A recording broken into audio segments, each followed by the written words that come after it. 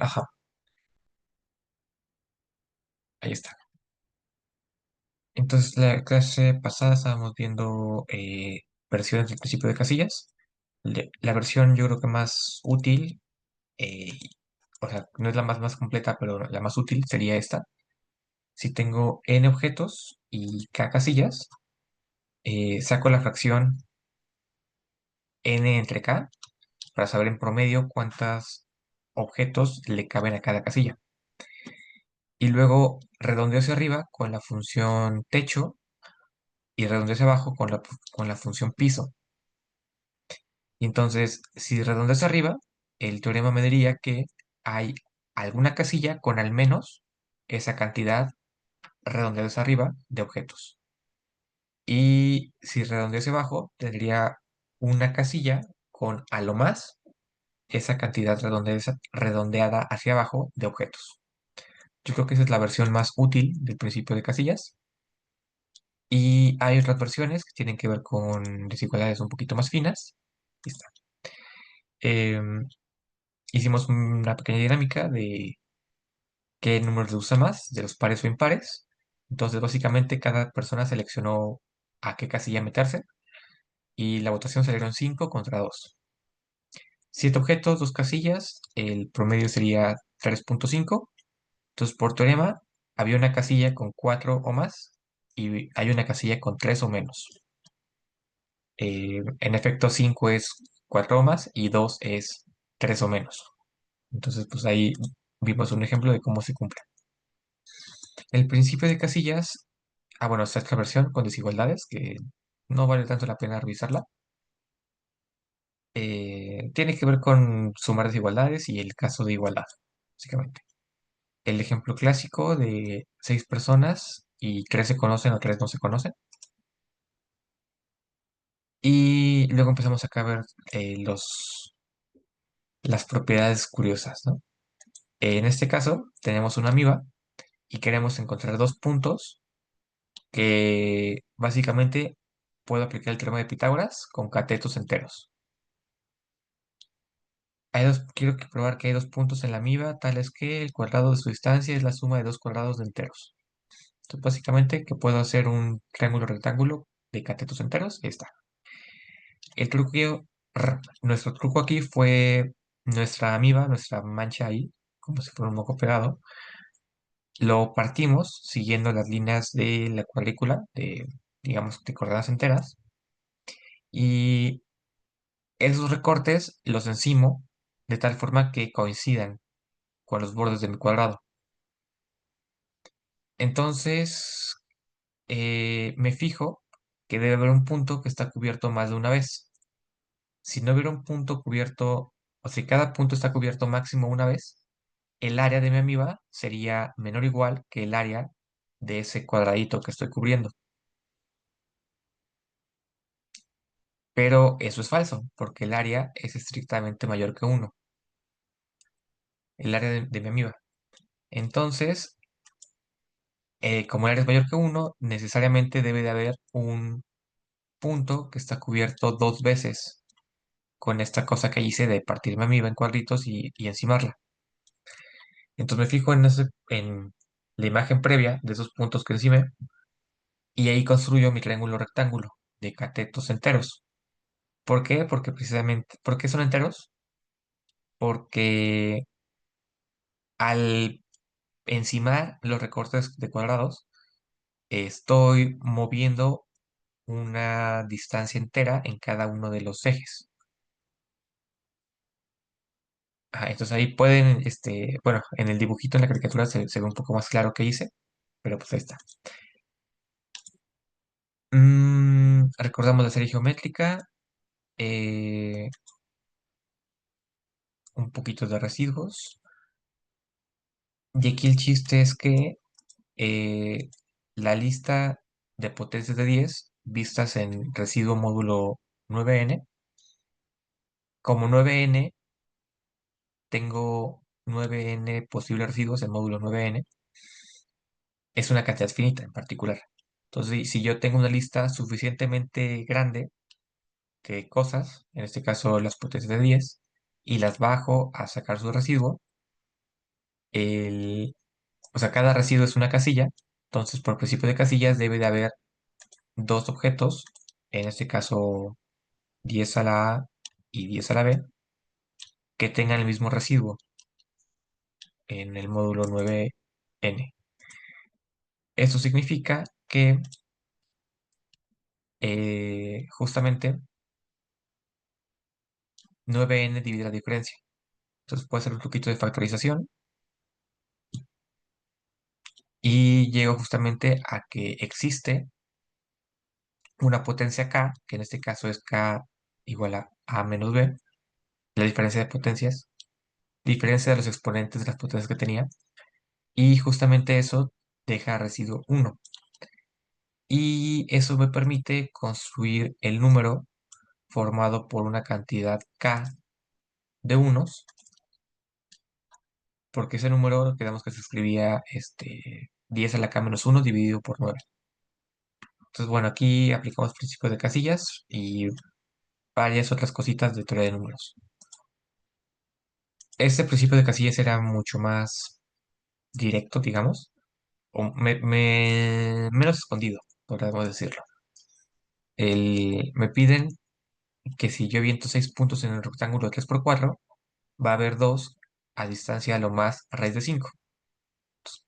La solución es partir mi tablero de 3 por 4 en regiones, de tal forma que cada región tenga diámetro, o sea, distancia máxima dentro de la región, raíz de 5. Y entonces lo puedo partir en estas 5 fichas y cuando yo aviento los puntos, va a haber una casilla donde quepan, donde necesariamente van a caber 2 puntos de esos y su distancia va a ser menor o igual que raíz de 5.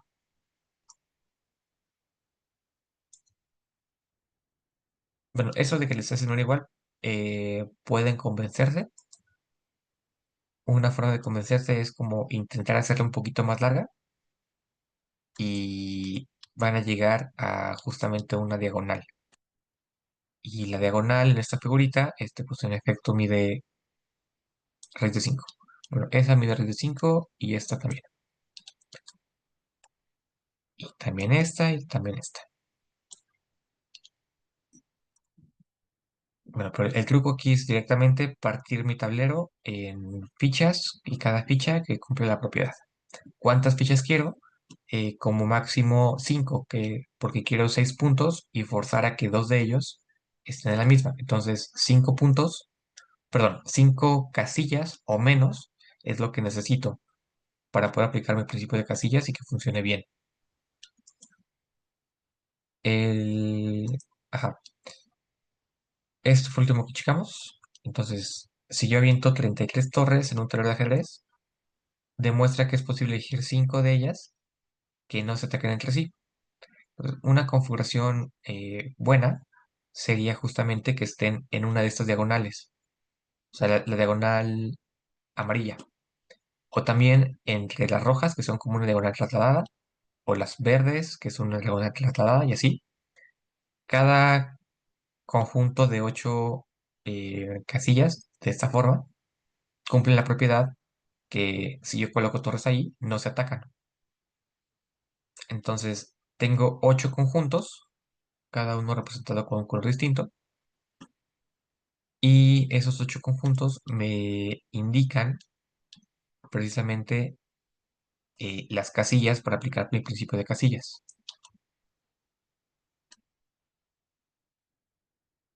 Entonces, mi principio de casillas lo puedo aplicar ahí. Tendría 33 objetos, 33 torres. Las aviento en 8 casillas, que son 8 colores. Y entonces debe haber uno de esos colores con al menos parte techo de 33 entre 8. 33 entre 8 es 4 y un octavo. 4.125. Y entonces hacia arriba se redondea a 5 y ya, ¿no? Entonces debe haber 5 torres que están en uno de esos grupos de casillas del mismo color. Ok, y si están en un grupo de casillas del mismo color, pues ya la hice. Ya van a cumplir la propiedad de que no se atacan. Entonces podemos seguir haciendo problemas de esta lista. Son cosas muy interesantes porque precisamente necesitamos construir ejemplos y utilizar el principio de casillas al derecho, al revés, volteado y así, ¿no?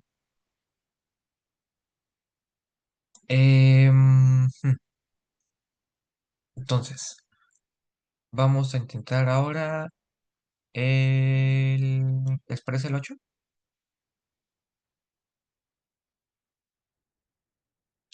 El 8 y el 10. Vamos a resolver esos dos.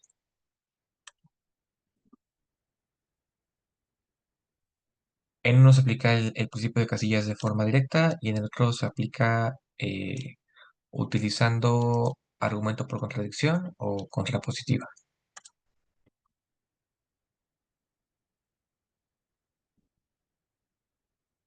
Sí, el principio de casillas y bueno, el estilo de problemas de encontrar ejemplos con máximos y forzar ciertas configuraciones em, se utiliza un montón en la Olimpiada. Y de hecho, precisamente por eso, uno de mis libros favoritos de los cuadernillos de Olimpiada es el gris, que se llama Principio de Casillas, aunque yo creo que debería de llamarse Problemas tipo Ramsey, porque, bueno, Ramsey es un matemático que se puso a investigar si encontraba ciertas configuraciones, en este caso de una gráfica, eh, y la configuración era suficientemente grande, entonces poder encontrar adentro una configuración más pequeña, eh, muy específica. Entonces, el desorden absoluto no existe, sino que siempre se puede encontrar cierto orden adentro.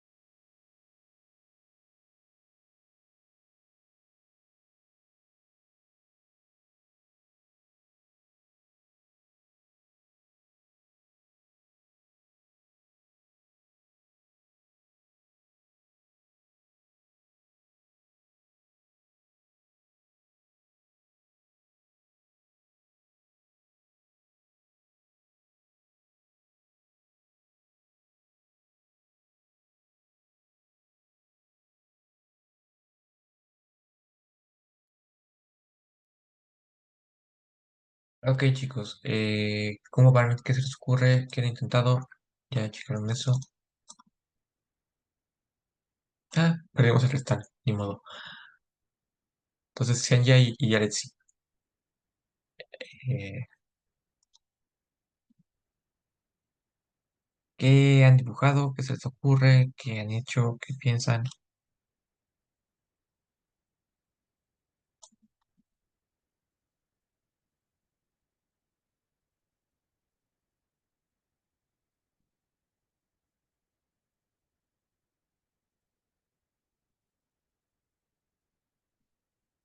Niña, siquiera díganme algo, por favor. Pues tendríamos primero que dibujar ¿cómo se dice esto, Jorge? 2N-ágono. Ah, pues puedes agarrar ejemplos más chiquitos, ¿no? Puedes agarrar, por ejemplo, n igual a 2 y ya sería un cuatroágono, que sería un cuadrilátero, o un hexágono, si son 6.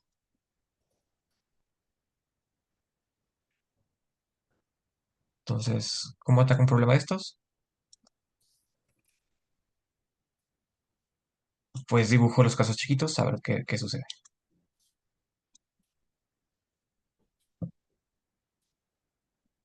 ¿El concepto de convexo lo han escuchado antes?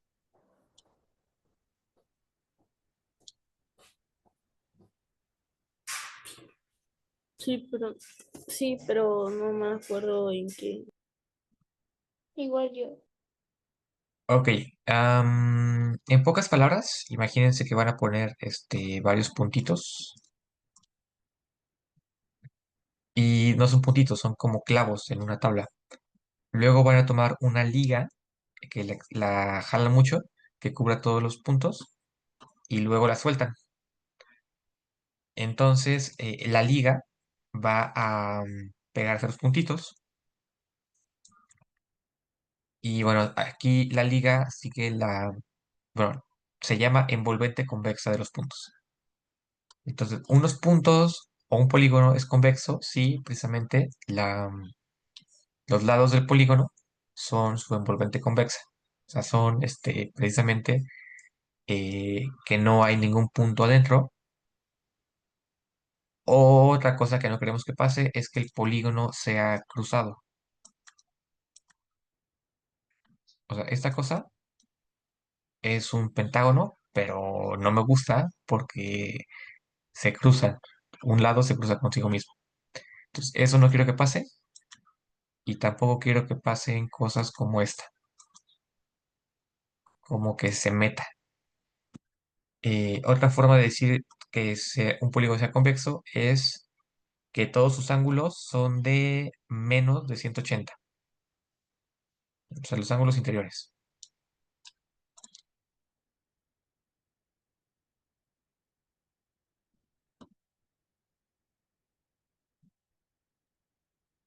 Bueno, entonces vamos a pensar que tengo ahí mi 2N-ágono regular. Ahí está. Y quiero que las diagonales, que siempre haya una diagonal que no sea paralela a los lados.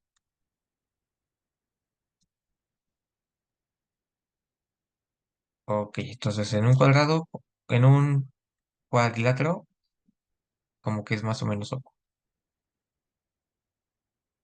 que pues, no pudiera ser paralelo. En un hexágono, como que ya no es tan obvio.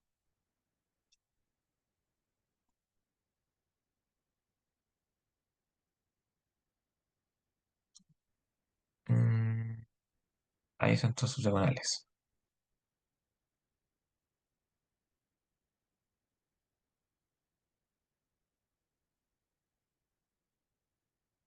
Bueno, estamos en combinatoria, ¿no? Entonces, vamos a preguntarnos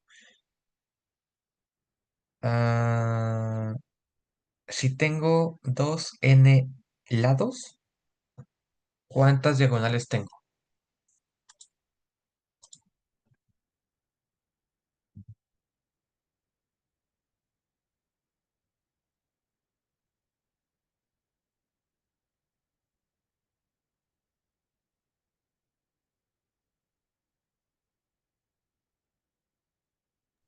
Si tenemos que, perdón, Sea, la cantidad de lados me la dan y me dicen que es 2n.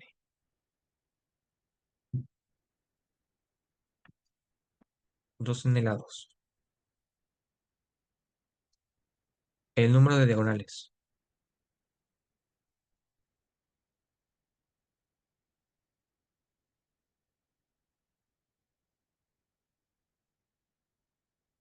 ¿Lo saben?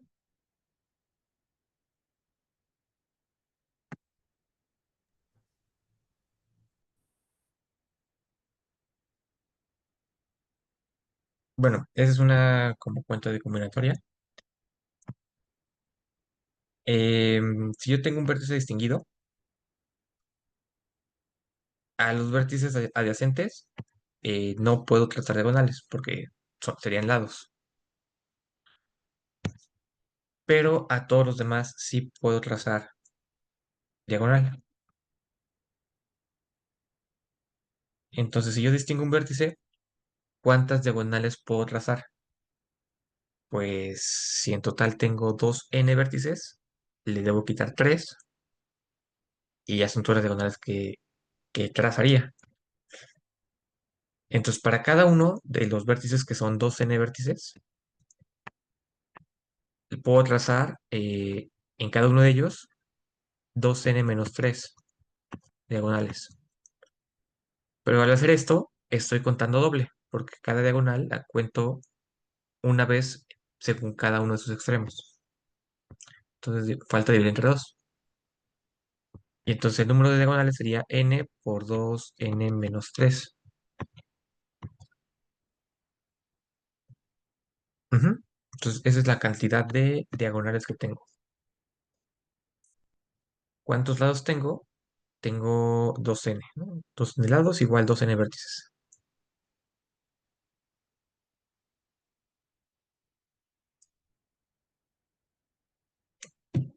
Em, ¿Qué pasaría si... bueno, vamos a argumentar por contradicción. O sea, vamos a suponer que ocurre lo contrario a lo que quiero. ¿Qué es lo que quiero? Que haya una diagonal que no es paralela a ningún lado. Entonces, lo contrario sería que cada diagonal es paralela a algún lado.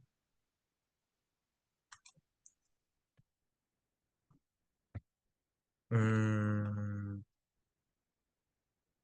a ver, se me perdió mi mouse. Ah, ya apareció.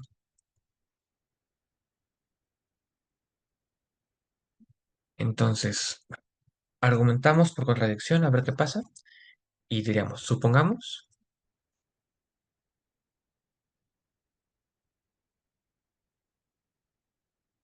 que cada diagonal, bueno, aquí diríamos, procedo por contradicción.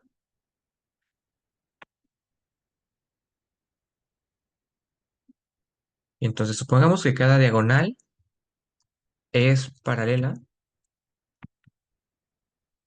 a un lado.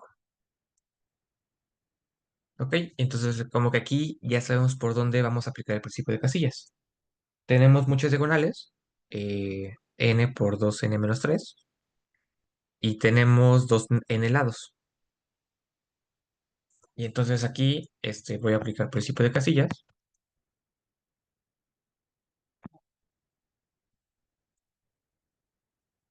Mis objetos van a ser las diagonales y las casillas van a ser los lados de mi 2n ágono. ¿Y cómo asigno un objeto a una casilla? Pues a cada diagonal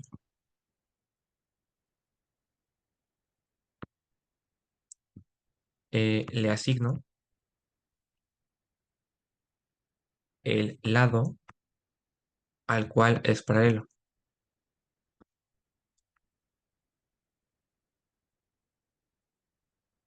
Ok, entonces, ¿cómo queda la cuenta del principio de casillas? Pues la cantidad de objetos, que es 2n menos 3 por n, la divido entre la cantidad de casillas, que en este caso son lados, que son 2n, y me fijo en redondeado hacia arriba, con parte techo. Entonces, puedo cancelar la n, cancelo la n de arriba y abajo de esta fracción, y me quedaría 2n menos 3 dividido entre 2. Entonces le voy a sacar redondeados arriba del 2n menos 3 dividido 2. Esto me quedaría n menos 2 tercios, menos 3 medios, perdón,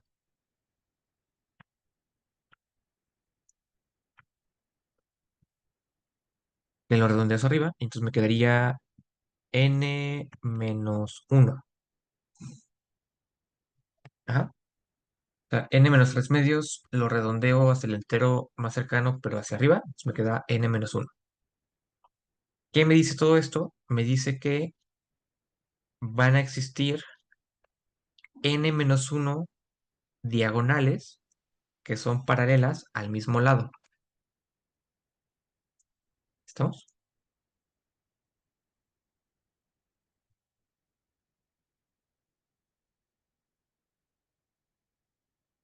Ok, entonces voy a borrar cosas de aquí.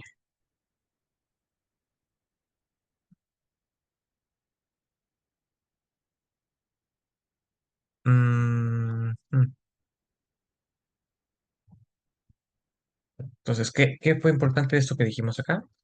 Eh, Número de diagonales. Quedamos que era n por 2n menos 3. El número de lados. Quedamos que era 2n.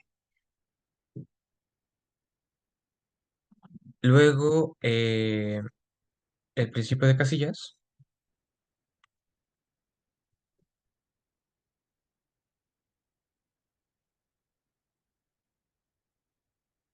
Saco eh, cuántos objetos le tocan a cada casilla.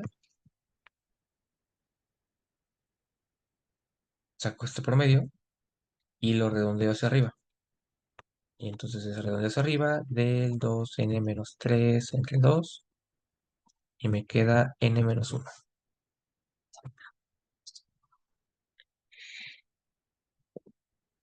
Entonces, ¿qué nos dice el principio de casillas aplicado aquí? Diríamos que hay un lado del 2n ágono con n menos 1 diagonales paralelas a él.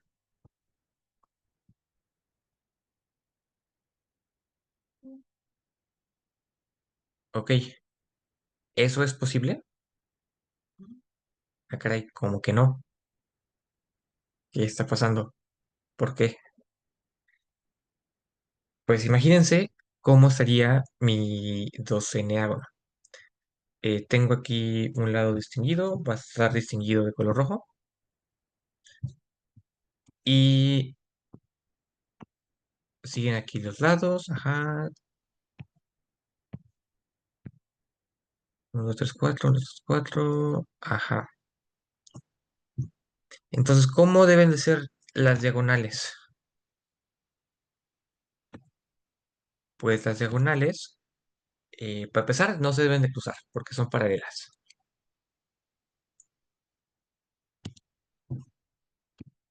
¿Cómo se acomodan? Pues aquí tengo mis vértices, vértice, vértices, vértices, ¿no? Y entonces mis diagonales podrán ser así, ¿no? Aquí tengo una diagonal, aquí tengo otra, aquí tengo otra. Entonces, gasto dos, para cada diagonal gasto dos vértices. y en total tengo dos n vértices. Y entonces aquí sería el lado y aquí serían diagonales. Y entonces aquí tendría dos vértices y aquí tendría 2 por n menos uno, que son 2n menos 2 vértices. Ah, caray, pues ya son todos. En total tendría dos n vértices, pues ya son todos los que podría utilizar. ¿Cuál es el problema? El problema es fijarme cómo queda hasta la derecha la configuración esta que necesito. Lo que queda más a la derecha, de hecho aquí le faltaría puntitos para indicar que esto sigue y sigue.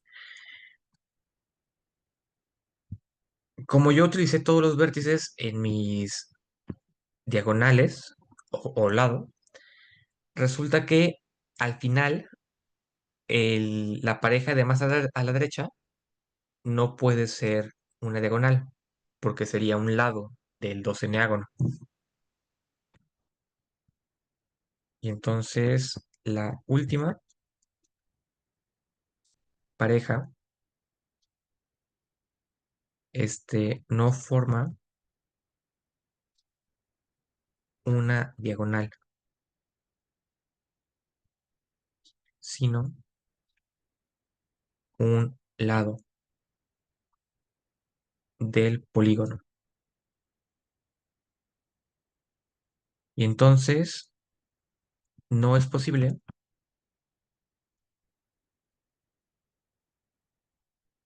poner n-1 diagonales paralelas al lado. No, no es posible, los vértices no me alcanzan, simplemente pues no hay suficientes. Y con esto encontramos una contradicción. Entonces, cuando encontramos esta contradicción, eh, llegamos a que es falsa la premisa. ¿Cuál es la premisa? Pues lo que empezamos suponiendo justamente es que cada diagonal es paralela a un lado. Entonces, como es falso que cada diagonal es paralela a un lado, entonces existe una diagonal que no es paralela a ningún lado y ya acabamos. Entonces, aquí estamos argumentando por contradicción. El espíritu de esto es el principio de casillas y utilizamos un conteo para encontrar precisamente la configuración que no va a ser posible construir.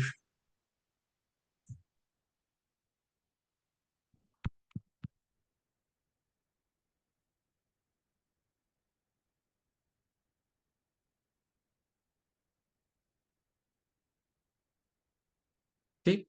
¿Queda claro, más o menos? Está muy raro, no tanto.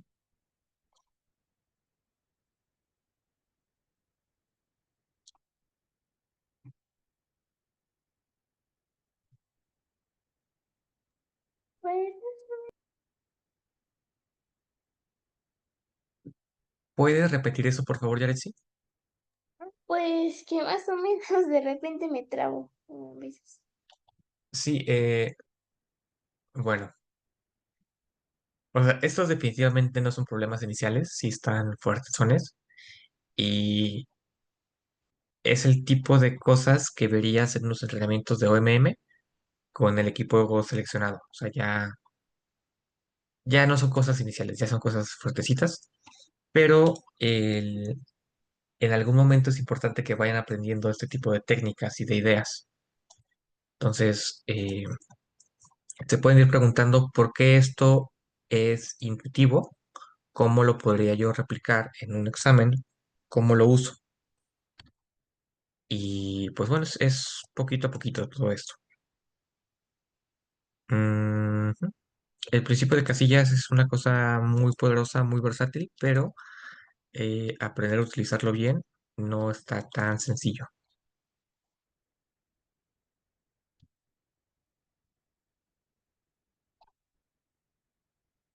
¿Tienen alguna duda de como más específica? ¿Algún paso que dijeran esto está raro?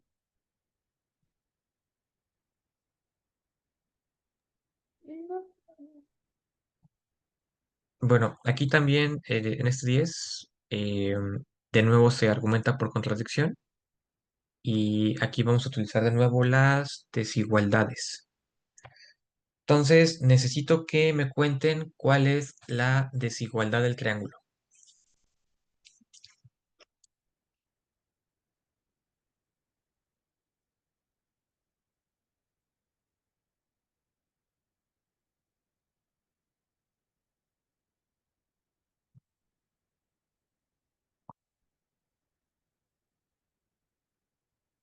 ¿Han escuchado alguna vez la desigualdad del triángulo? Algo más, según yo recuerdo que era de que se suman las longitudes de dos lados, cualesquiera de un triángulo, algo así. Creo que era un principio, creo. No recuerdo.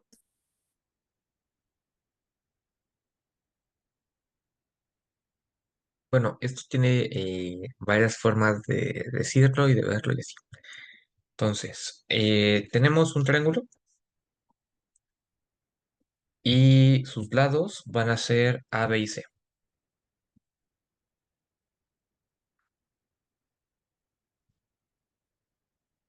Y entonces, la desigualdad del triángulo me dice que si A, B y C son lados de un triángulo, entonces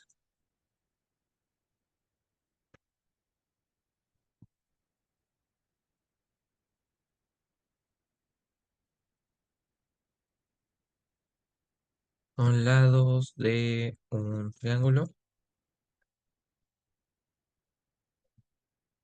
Entonces, sumo dos lados y eso me queda mayor que el tercero. Y de hecho, eso funciona para cualquiera de las parejas.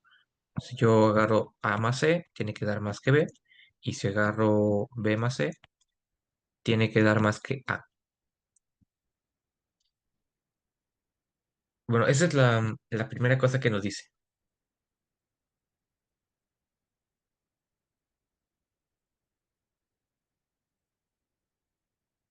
Ok, aquí podemos agregarle un agregado cultural que de hecho la desigualdad, digamos, real es mayor o igual. En realidad eh, es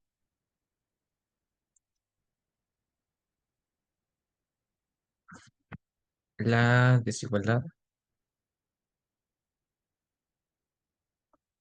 La desigualdad es con mayor o igual, pero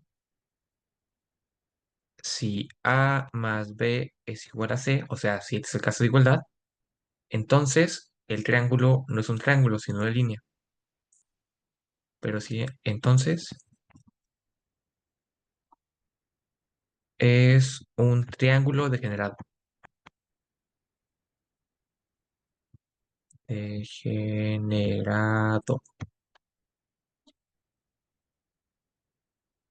Es un triángulo degenerado y es una línea. Entonces, ¿cómo se vería esto? Pues se vería como una línea tal cual. Y tenemos un segmento que mide A, otro segmento que mide B y todo junto que mide C.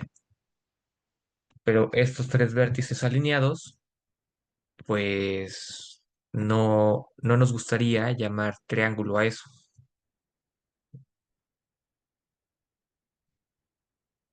Ok, bueno, ya. Esto es una pequeña descripción, recordatorio de qué es la desigualdad de triángulo. Y de hecho, hay un chiste muy malo de los matemáticos que diría algo así. Es un piropo. Dirías, cuando te veo, uno de mis ángulos se vuelve de 180 porque me vuelves un degenerado. Y así, ja, ja, ja, ja, ja. Ya ríanse. Eh, entonces, polígonos degenerados, pues en realidad no son polígonos, como que un vértice sobra, justamente porque un lado se volvió dos lados se volvieron una línea.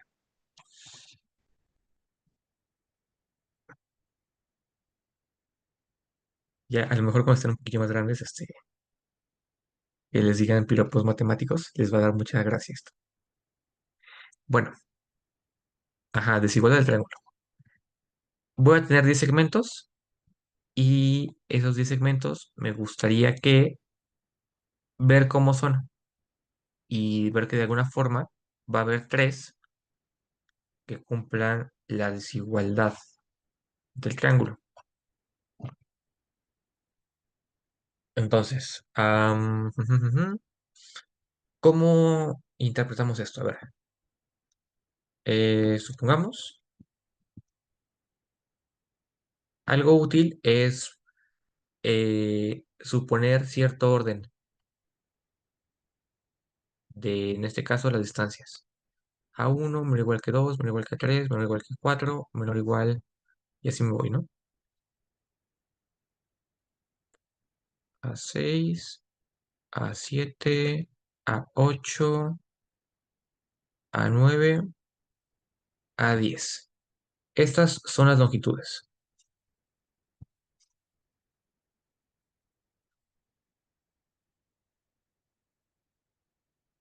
Esas son las longitudes de los segmentos. Y cada uno es un entero. Ah, no es cierto, no, no son enteros. Es al menos uno y menor que 55. Entonces diríamos que uno menor o igual que esto, menor o igual 55. Me gustaría encontrar tres de ellas que forman la desigualdad del triángulo. Entonces, la desigualdad del triángulo,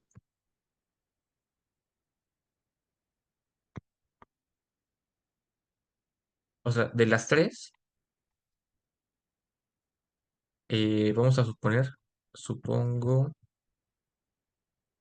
supongamos que X, eso no es una X menor o igual que Y, menor o igual que Z. Estas van a ser las longitudes de los lados. La desigualdad del triángulo son tres que damos, ¿no? Es X más Y mayor o igual, bueno, mayor estricto que Z. X más Z mayor estricto que Y más Z mayor estricto que X. Pero si yo estoy suponiendo este orden, algunas de esas ya son obvias. Por ejemplo, Z es más grande que Y. Z es más grande que Y. Si yo le sumo X, pues esa es obvia.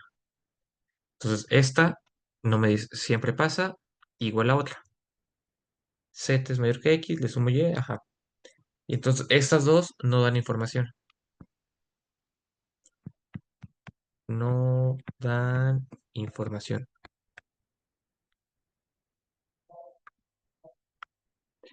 Y entonces, la única que me interesa verificar o que me dé información nueva es la otra, que es sumar los dos lados chiquitos debería ser más que el grande.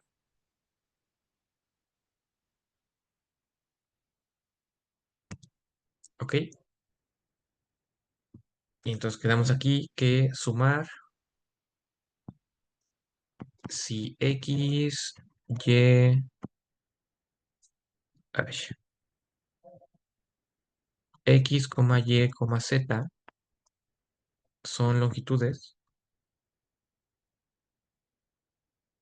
con X menor o igual que Y menor o igual que Z. Entonces, son lados de un triángulo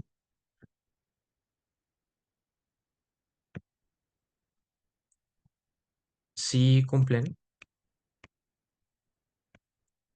que los chiquitos, o sea, X más Y, sea más grande que el grande, que es z.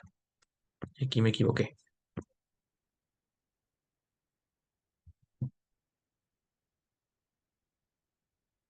Entonces, x menor o igual que y menor o igual que z.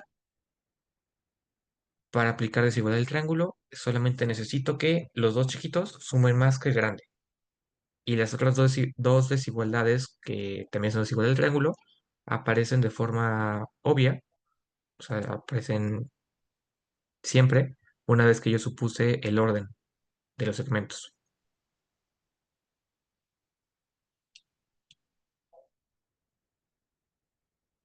Ok, entonces, ¿cómo vamos a argumentar con este problema? Pues precisamente vamos a argumentarlo por contradicción. Otra vez. Ok, entonces, ¿cómo argumento por contradicción? Pues empiezo suponiendo,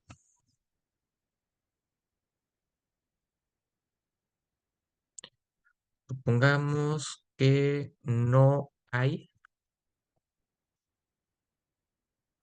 tres segmentos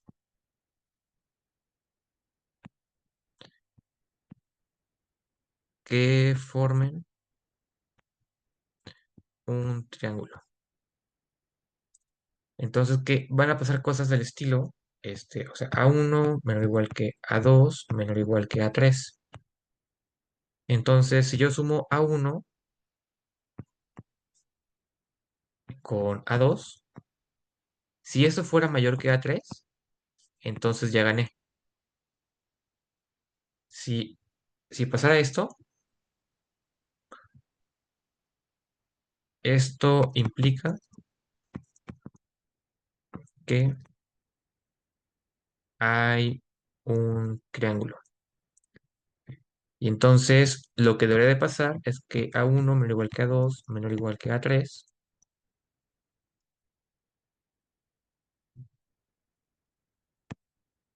Y esto de aquí, entonces, sumo los chiquitos A1 más A2. Y eso tiene que ser menor o igual que el tercero.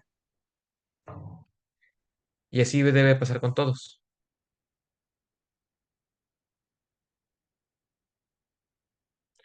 ¿Ok? Entonces, si yo sumo 2, eso me debe dar menos o igual que el tercero, el más grande. Y entonces esta lista la puedo ir haciendo con una lista de desigualdades.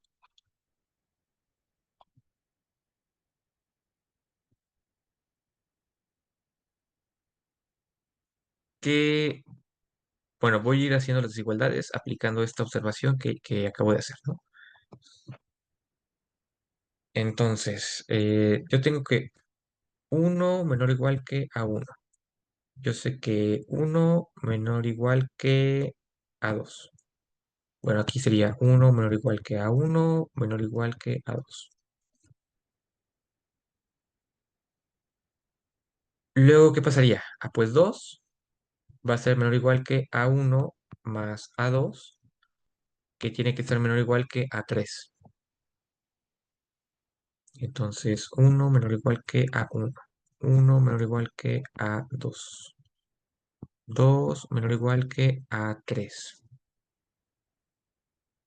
Em, Voy a poner esto un poquito más en orden. 1 menor o igual que A1 menor o igual que A2. Y entonces flechita para acá.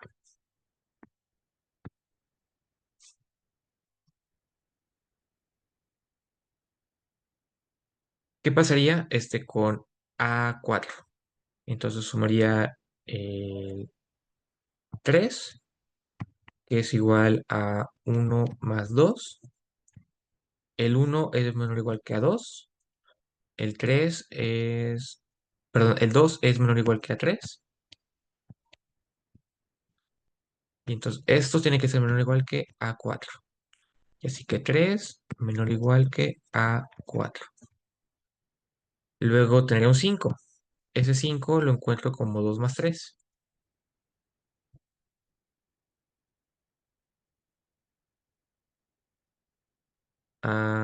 De hecho, aquí le estoy regando. Esto es menor estricto. Menor estricto, menor estricto, menor estricto, menor estricto.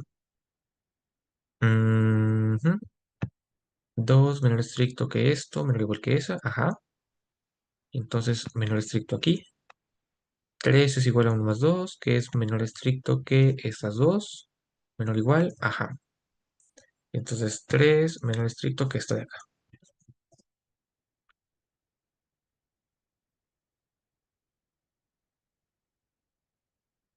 Dale, entonces esto de aquí menor estricto que a 3 más a 4 que es menor o igual que a 5.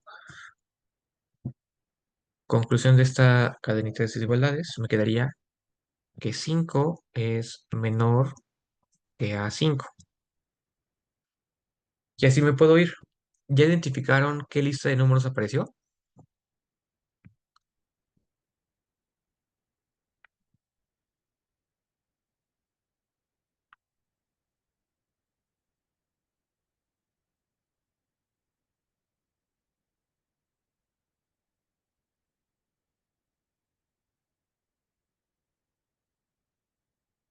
Sí. A ver, niñas. Se van más o menos sumando, ¿no? Estos. Ajá, pero ¿identifican cómo se llama esa lista de números?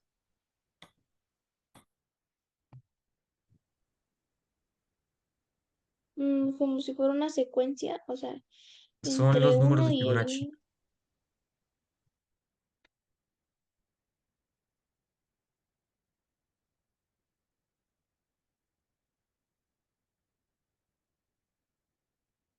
Era uno, de hecho empezaban en cero, pero cero, uno, uno, dos, tres.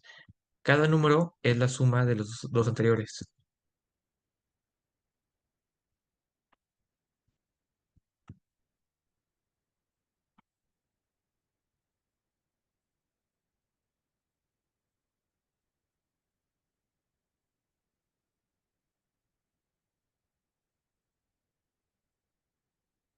¿Sí la han visto esa lista? Si no, al No, rato busquen algún video de Veritasium o de Numberphile o de lo que quieran, de algún divulgador científico, de qué onda con los números de Fibonacci. Tienen un montón de propiedades. Ok, eh, podríamos seguir la lista de desigualdades. Ya no voy a escribir las demás, digamos, tan explícitas, pero así seguiría, ¿no? Diríamos que 13 es menor que a 7, 21 es menor que a 8, 34 es menor que a 9 y 55 es menor que a 10. Ese es un problema, ¿no? Ya encontramos una contradicción.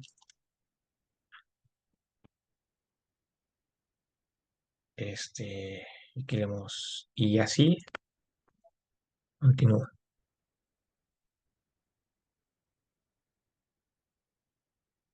Entonces pasa esto, pasa esto, pasa esto y pasa esto. Pero esto es una contradicción. ¿Qué contradice precisamente esta parte de aquí? Que estamos suponiendo que el último es menor o igual que 55. Entonces, mi argumento por contradicción me llevó, o sea, suponiendo que no puedo hacer ningún triángulo, tengo esta serie de desigualdades y llevo precisamente a que 55 es menor que el décimo número. Pero esa décima cantidad debería ser menor que 55.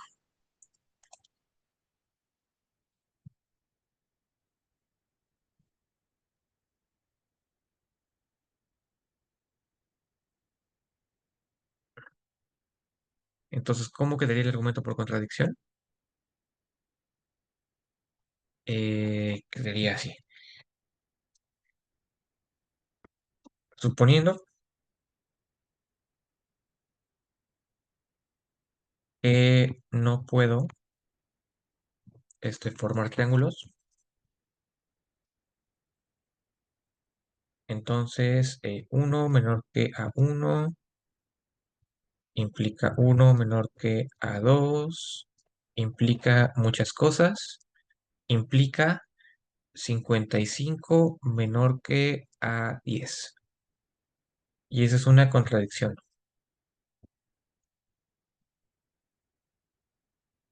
Contradiciendo la suposición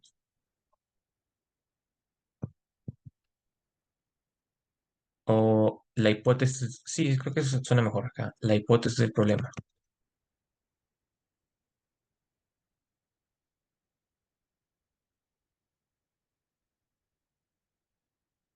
Entonces, por lo tanto, siempre se podrá construir un triángulo con algunos segmentos.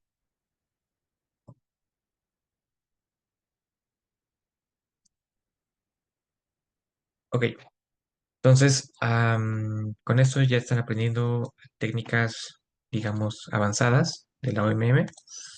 Y en este caso es argumentar por contradicción y sería observando, viendo cómo deben de ser las configuraciones para todo esto. ¿Queda más o menos claro? ¿Está bien? ¿No está tan bien? ¿Ya se marearon? También se va a decir como, ya, eso está muy complicado, me duele la cabeza. Sí, sí me quedó claro.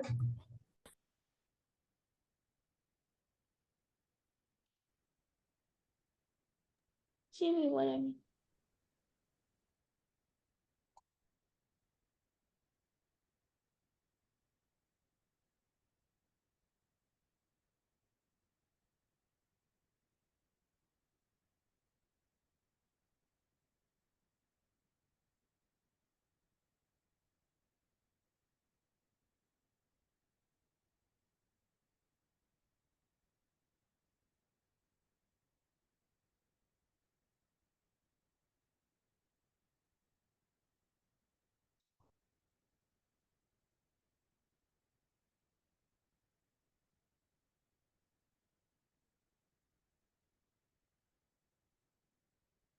Ok, estoy viendo con qué otro problema podríamos seguir que no esté tan raro.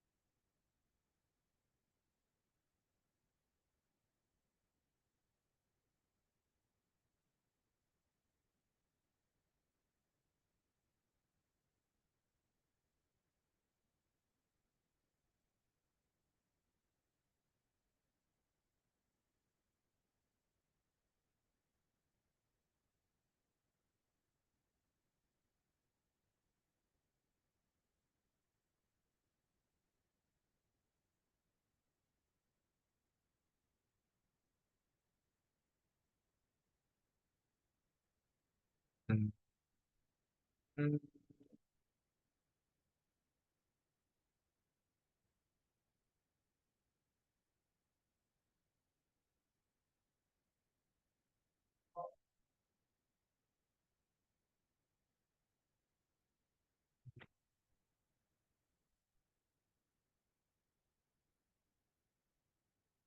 Veré mi celular.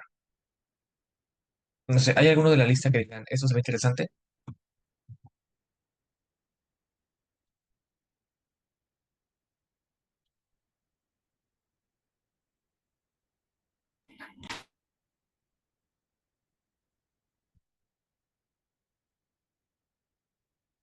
A ver, el 20 tal vez.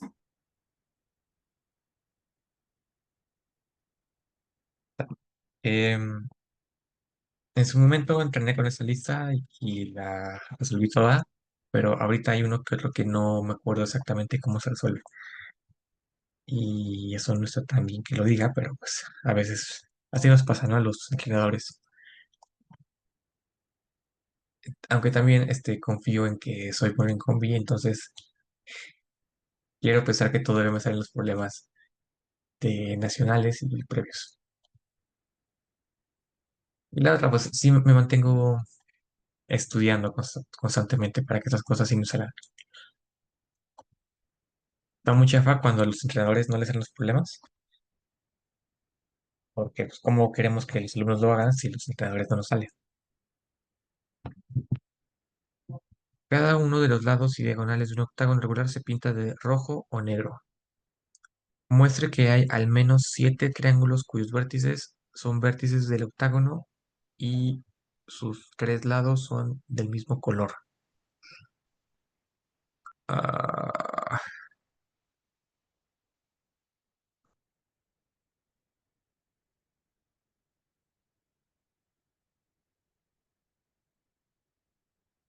bueno, les voy a platicar una de las técnicas poderosas cuando estamos buscando esto, que es justamente triángulos de un solo color. O sea, tengo una gráfica, o sea, tengo vértices y sus aristas, los segmentos entre vértices, los coloreo.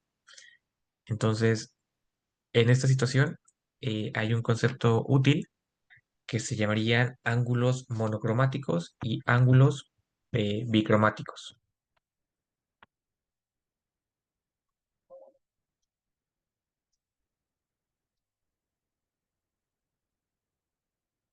Ángulos monocromáticos y ángulos eh, bicromáticos.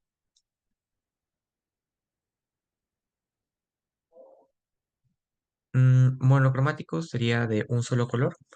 Sería una cosa de este estilo.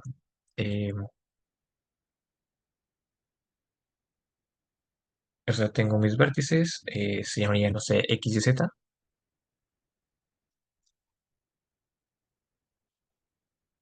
y me fijo en los lados, y esos lados,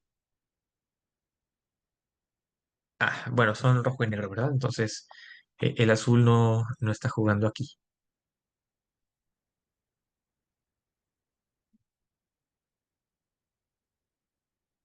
rojo. Entonces, puede ser una cosa así,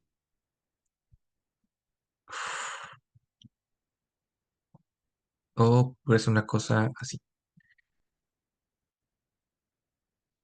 ¿A qué me refiero? Pues precisamente que los lados que forman el ángulo van a ser del mismo color. Si yo tengo un ángulo bicromático, sería algo del estilo así, ¿no? Que uno de los lados del ángulo es de un color y el otro es del otro color. Entonces aquí tengo un ángulo bicromático.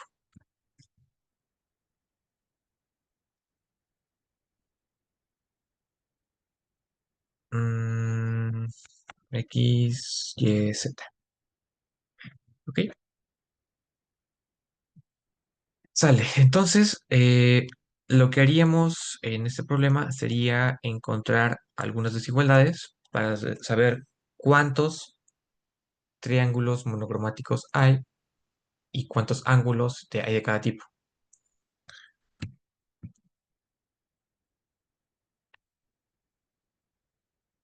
Y entonces, la pregunta es ¿cuántos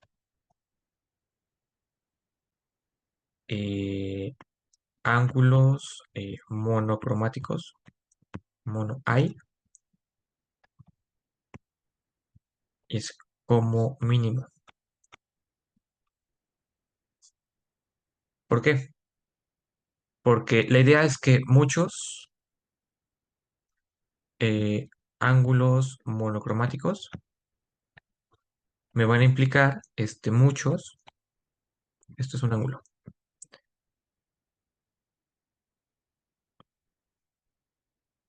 Muchos triángulos. Y eso es lo esto.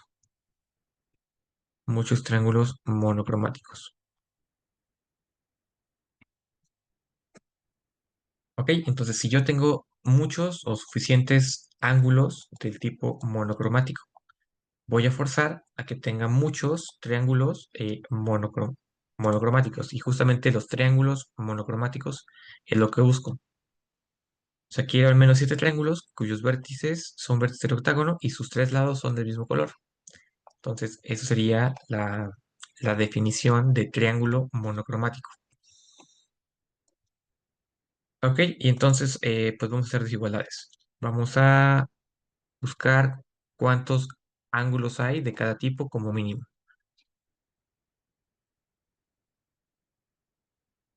Ajá, entonces me fijo en un vértice de mi octágono. Tengo un octágono. Entonces, 1, 2, 3, 4, 5, 6, 7, 8. Es cierto, 7. Ajá. Pues tengo 7 lados y diagonales de mi octágono. Entonces aquí tengo mi vértice distinguido y acá tengo los otros 7 vértices de mi octágono. Y entonces esas 7 aristas las voy a colorear, perdón, de varios colores, de rojo o negro. Entonces son 7 aristas.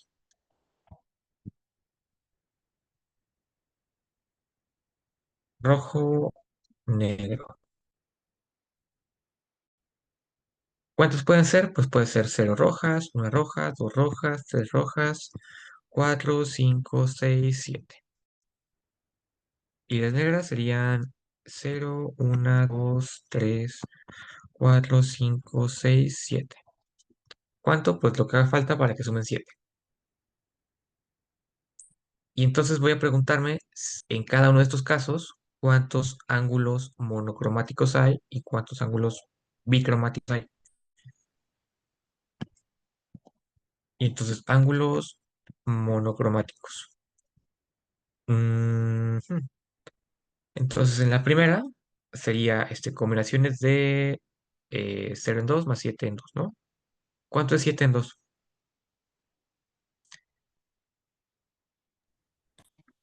¿Sí? ¿Te queda claro? O sea, si yo tuviera todas de color negro, entonces cualquier pareja me da un ángulo monocromático. Entonces 7 en 2 sería 7 por 6 entre 2, 7, 21. ¿Ok? Ok, Si yo tuviera el otro acá, igual 7 en 2, combinaciones, 21. ¿Qué pasaría si es 1 y 6? Pues el 1 no me sirve de nada. 6 en 2, combinaciones, sería 6 por 5, 30, entre 2, 15.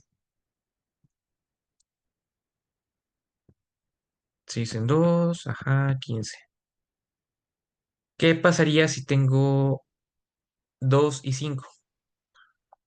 Ok, 2 y 5 tendría, pues puedo agarrar las dos rojas o puedo agarrar dos de las 5 negras.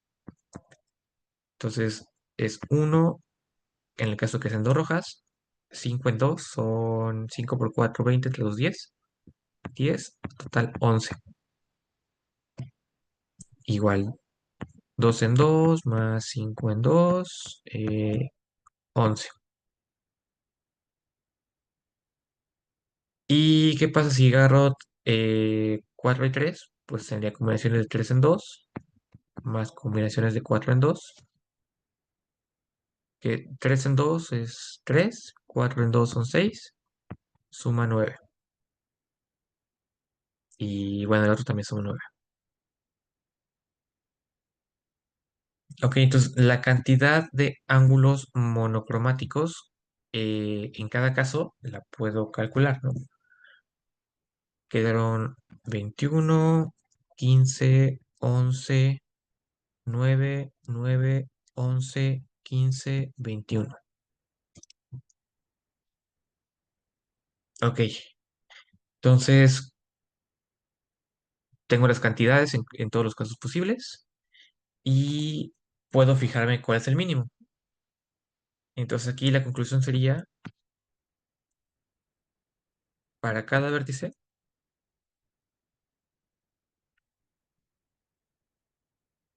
hay mínimo 9 ángulos monocromáticos. Ok, entonces si yo tenía 8, significa que son mínimo 72 ángulos mono.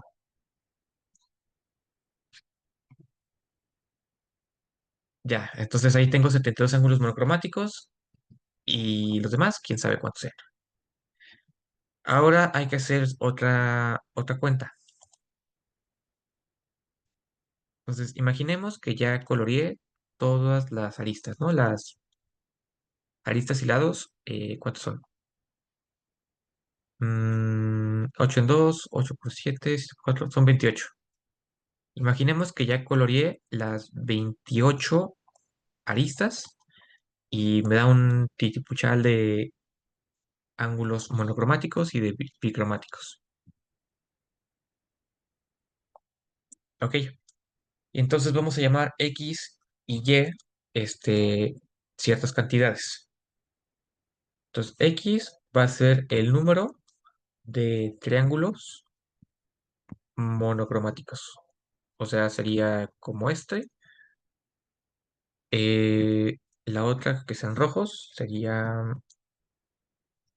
como este. Y vamos a llamar Y, va a ser la cantidad de triángulos bicromáticos. ¿Cómo serían? Pues sería como este o como este.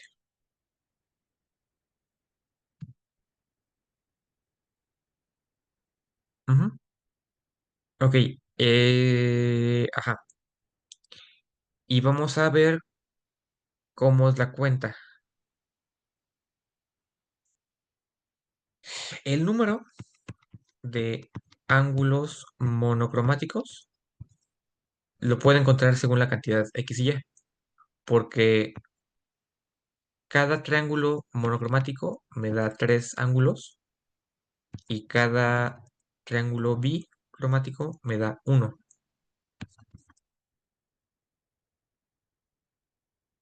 Número de ángulos mono, y bueno, pues número de ángulos bicromáticos va a ser justamente a 2 veces Y.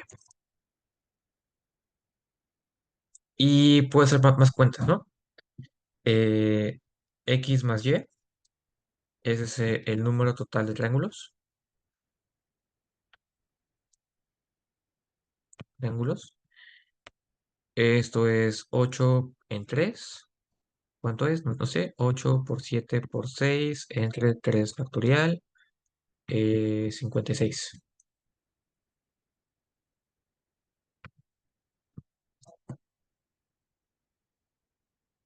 El 3 factorial se va con el 6 y está.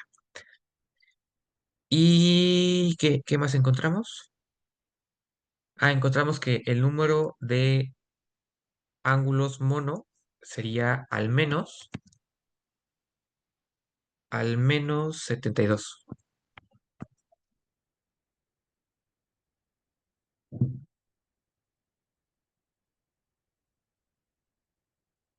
Ok, entonces, pues bueno, tenemos aquí dos desigualdades que vamos a juntar. Por un lado, tenemos que 3 veces X más Y es al menos 72. Y sabemos también que X más Y es igual exactamente a 56. Entonces yo puedo restar. O sea, resto X más Y de la de arriba. Puede tener 2X más X más Y mayor o igual que 72. Esto de aquí es 56. Y entonces 2 veces X es mayor o igual que 72 menos 56 son muchas. 16. Sí, ¿verdad? 16. Sí,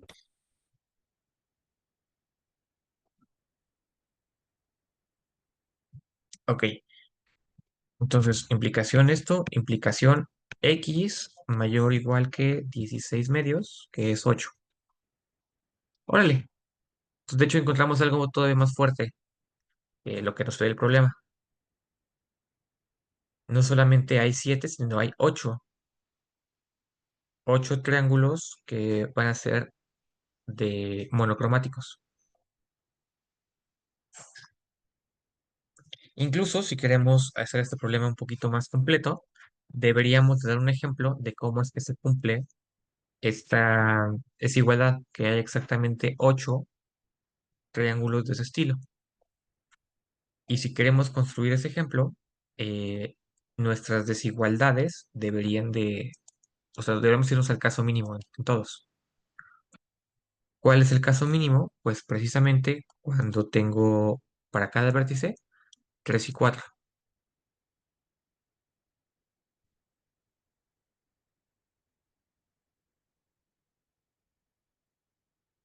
Entonces, debe haber algún acomodo, bonito, probablemente simétrico, que me va a dar esta cantidad y pues vamos a ver si nos sale.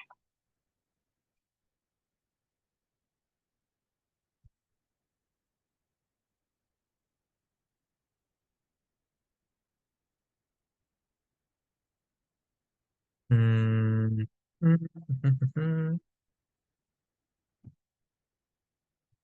a ver, creo que aquí en las figuras puedo tener un octágono.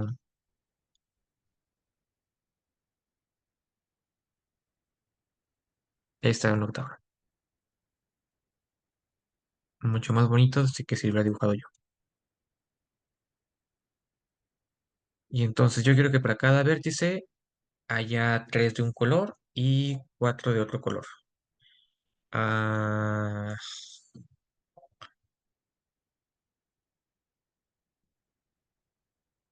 a ver, entonces las aristas pudiera ponerlas así. O sea, los lados y la diagonal mayor van a ser de color negro. Y luego de rojo voy a poner todo lo demás. Y bueno, ayúdenme a contar cuántos triángulos hay de cada color.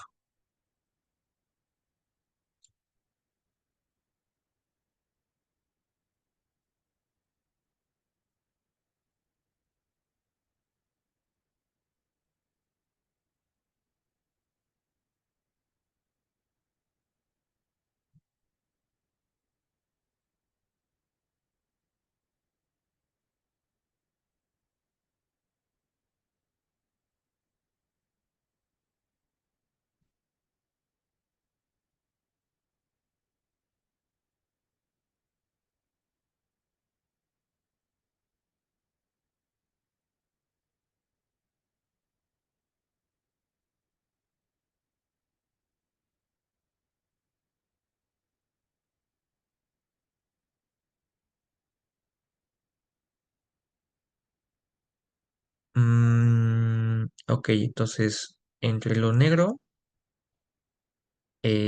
se agarra dos lados, no, se agarra una diagonal, tampoco. Ok, entonces en lo negro no hay triángulos monocromáticos. Entre lo rojo debería de haber poquitos.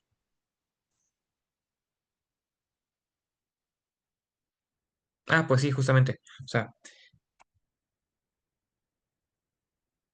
sí son poquitos y sí son de hecho justamente los 8.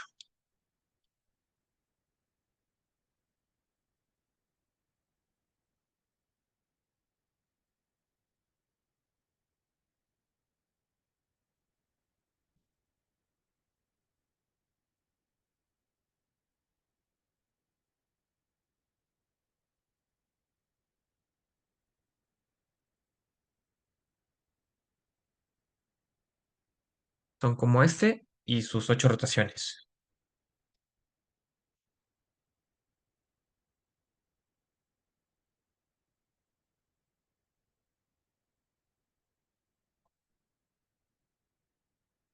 No hay triángulos negros. Y hay 8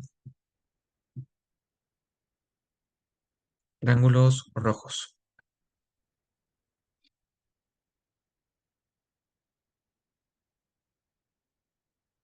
¿Mm? ¿Sí me la creen? O sea, las aristas rojas, digamos, tienen longitud 2 o 3. Y si yo quiero que sumen 8 para que le dé la vuelta completa al octágono, eh, pues bueno, 2 2 no me alcanza. eh, y la única que me alcanza sería 2 3 3.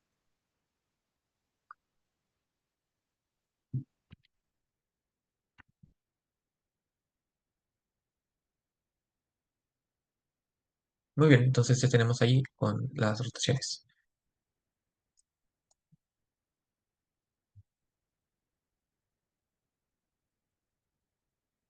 Va.